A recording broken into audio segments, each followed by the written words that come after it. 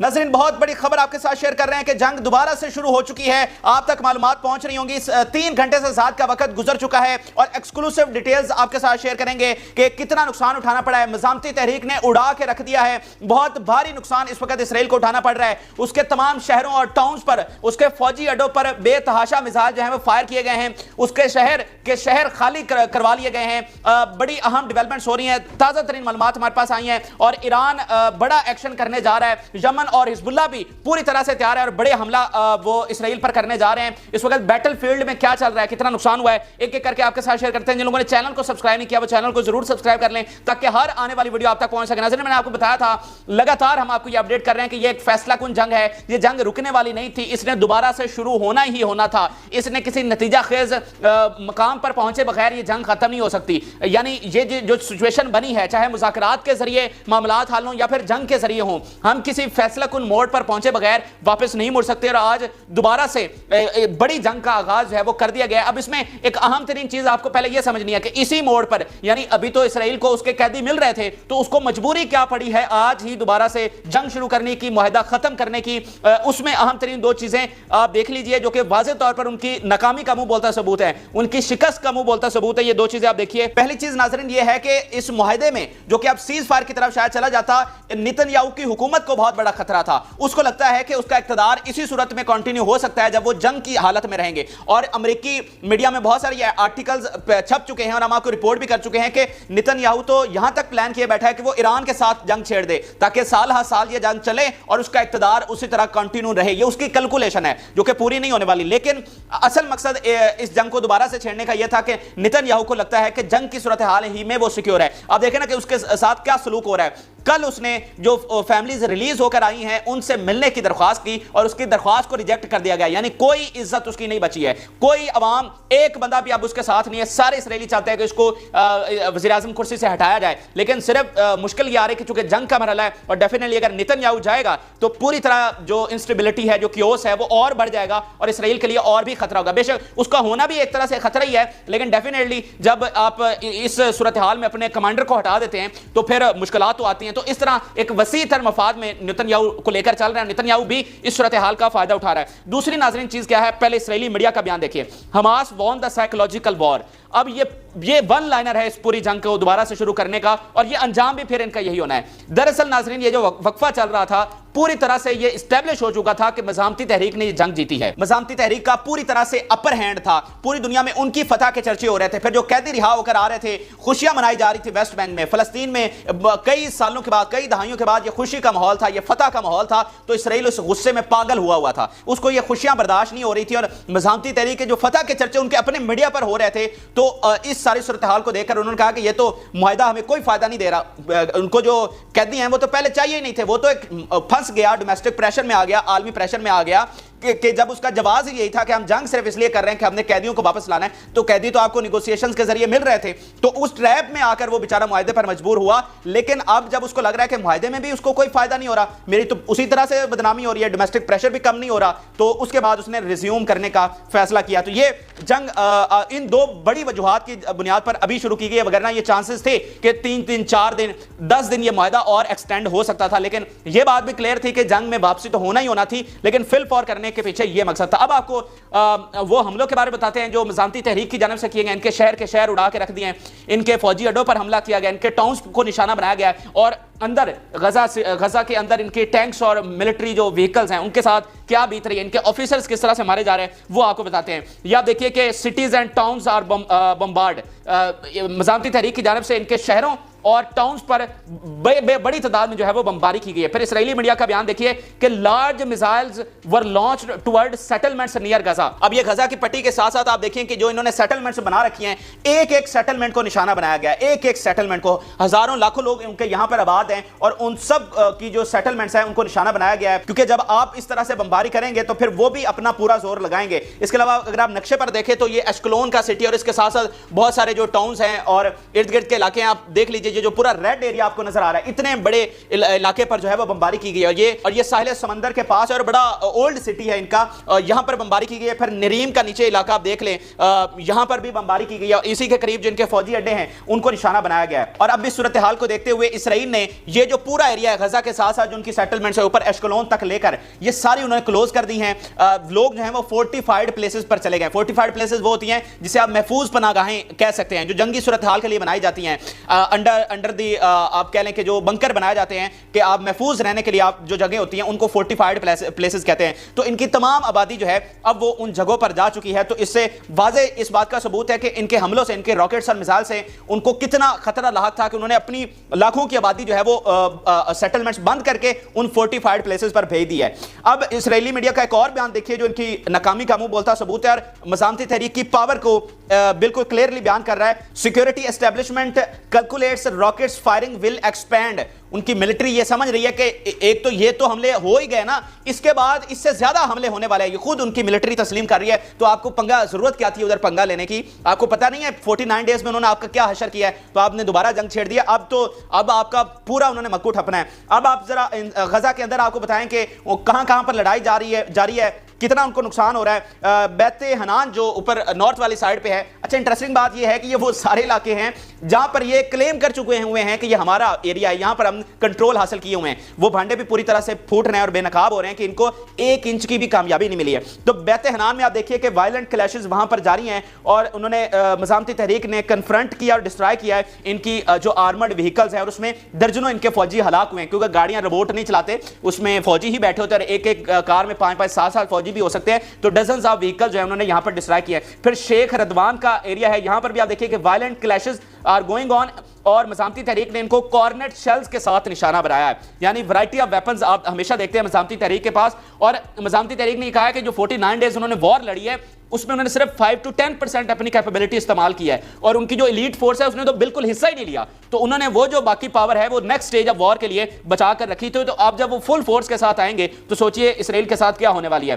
फिर आप देखिए कि north west Gaza confront and destroyed tanks, यहां पर नॉर्थ का जो वेस्ट है यहां पर टैंक्स को उन्होंने कन्फ्रंट किया और बड़ी तादाद में जो उनके टैंक्स है वो मार्केवा फोर्ट उनको तबाह किया। अच्छा, ये जो इसराइल का हमला किया गया है ये पहले से मुख्तलिफ हमला है। अब ये तमाम इतराफ से हमला किया गया। अगर आप ऊपर नॉर्थ वाली इरीज वाली साइड पर चले जाएं, वहां से हमला हुआ है। इनकी जो सेटलमेंट्स यानी इसराइल वाली साइड है यहां तमाम इतराफ से इन्होंने हमला किया है। जो साहिल समंदर वाली साइड है यहां से इन्होंने हमला किया, नीचे जो रिफा वाली साइड है यहां से इन्होंने हमला किया, सेंटर जो गजा है यहां पर हमला किया। यानी कोई साइड ऐसी छोड़ी नहीं गई जहां से अटैक ना किया गया हो। लेकिन आप देखिए कि किसी भी साइड से अभी तक ये अंदर घुसने में कामयाब नहीं हो सके हैं, किसी भी साइड से ये एडवांस करने में कामयाब नहीं हो सकेंगे।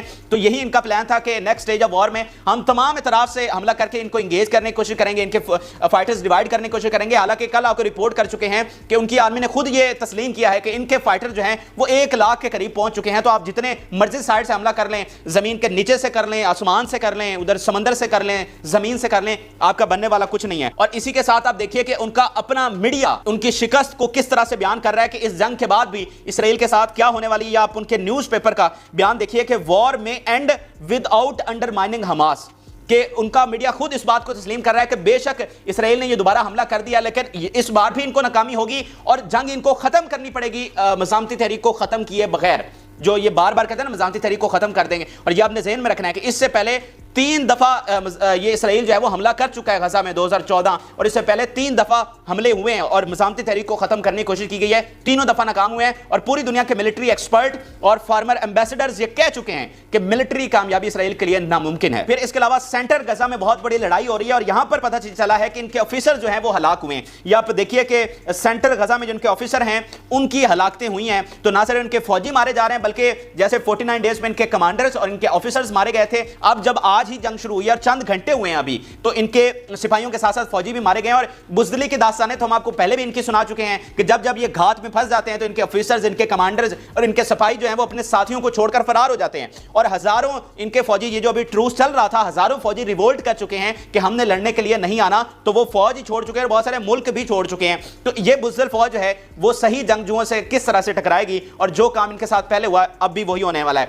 तो पूरी तरह से इसराइल ने अपनी पूरा जोर लगा दिया है और मज़ामती तहरीक एक एक फ्रंट पर उनका मुकाबला कर रही है। और इसमें बड़ी अहम चीज यह है कि हिजबुल्लाह और यमन बहुत बड़ा हमला करने वाले हैं। ये वैसा हमला नहीं होगा जो 49 डेज में उन्होंने किया, लेकिन 49 डेज में भी उन्होंने बहुत नुकसान इनका किया है, लेकिन इस जंग के बाद वो बहुत बड़े हमले की तैयारी कर रहे हैं। आप देख लें कि 3 घंटे हो गए अभी तक उन्होंने कोई अटैक नहीं किया। तो रिपोर्ट्स ये आ रही हैं कि वो एक बहुत ही भयानक हमले की, जो कि इसराइल को हिला के रख देगा, उस हमले की तैयारी कर रहे हैं। उसकी डिटेल्स हमारे पास आ रही हैं, अगली वीडियो में तफसीली आपके साथ शेयर करेंगे कि वो दोनों इस वक्त क्या कर रहे हैं। लेकिन ईरान की इसमें एंट्री हुई है। ईरान के हवाले से यूएस की रिपोर्ट है कि गजा पर अगर दोबारा से ये जंग शुरू हुई तो फिर ईरान अटैक करेगा इसराइल पर। अब इसमें अहम चीज आपने ये समझनी है कि इस वक्त लड़ाई भी जारी है, लेकिन साथ साथ कतर और इजिप्ट जो है वो नेगोशिएशंस भी जारी रखे हुए हैं इसराइल के साथ, और दोबारा से ये कोशिश कर रहे हैं कि हम मुआहदे की तरफ आ जाए, ट्रूस जो है वो एक्सटेंड हो जाए। तो ईरान सिर्फ थोड़ा सा ये इंतजार कर रहा है कि क्या ये एक्सटेंड होता है या नहीं होता। तो यूएस की ये रिपोर्ट है उनकी इंटेलिजेंस की, अगर ये जंग दोबारा से शुरू हुई तो फिर ईरान अटैक करेगा। और अभी इस जंग के बाद ईरान का ये अहम तरीन बयान आया कि ये जो हमला दोबारा से किया गया है इसकी पूरी जिम्मेदारी